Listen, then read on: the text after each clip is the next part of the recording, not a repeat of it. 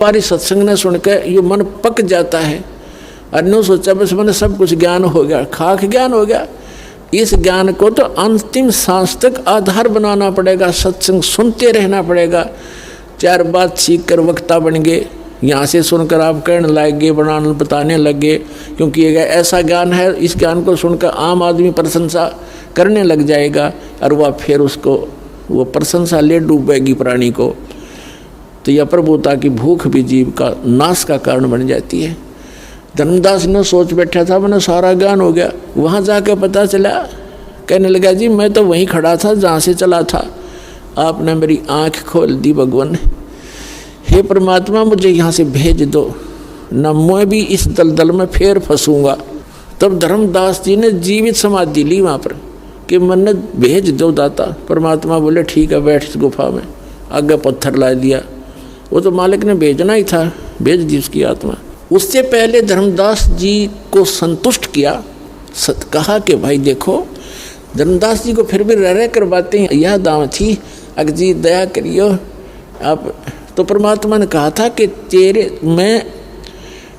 धर्मदास जी ने कहा कि भगवान आप कह रहे हो कि बिचली पीढ़ी जब आवेगी, कलयुग 5505 बीत जाएगा, 5505 वर्ष, उस समय बिचली पीढ़ी का समय होगा, तब ये जीव पार होंगे।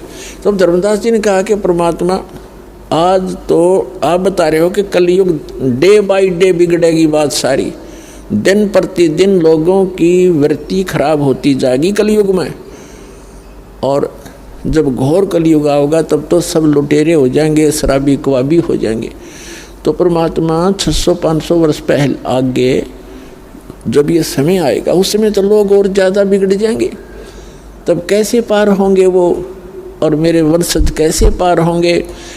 तब परमेश्वर कबीर जी ने कहा था कि भाई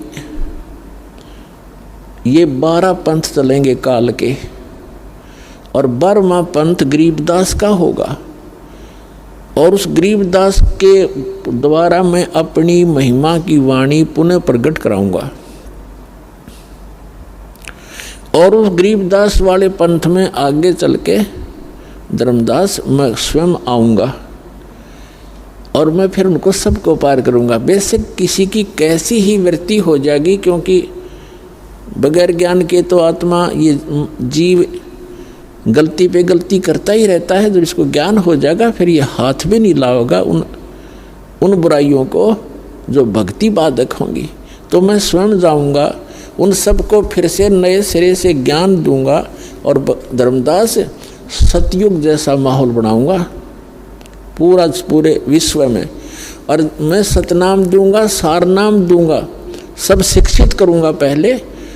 और कलयुग इसीलिए बनाया है ये कि इसमें मशीनरी युग होगा, और ऐसे उपकरण बनाए जाएंगे, सबको शिक्षित करूंगा, और फिर मेरे बच्चों को मैं अपनी पहचान कराऊंगा, सब सदग्रंथों से भगवान की महिमा का वर्णन कराऊंगा, और सबको पार करूंगा। तेरे वंशज भी पार हो जाएंगे। तेरे को 42 वंश का आशीर्वाद इसलिए दिया है कि सभी अच्छी आत्माएं तेरे घरों में जन्म लेंगी, और जब वो मेरी शरण में आएंगी, नाम ले लेंगे तो पार होंगे, नाम ना लेंगे तेरे क्या कोई भी पार नहीं होगा।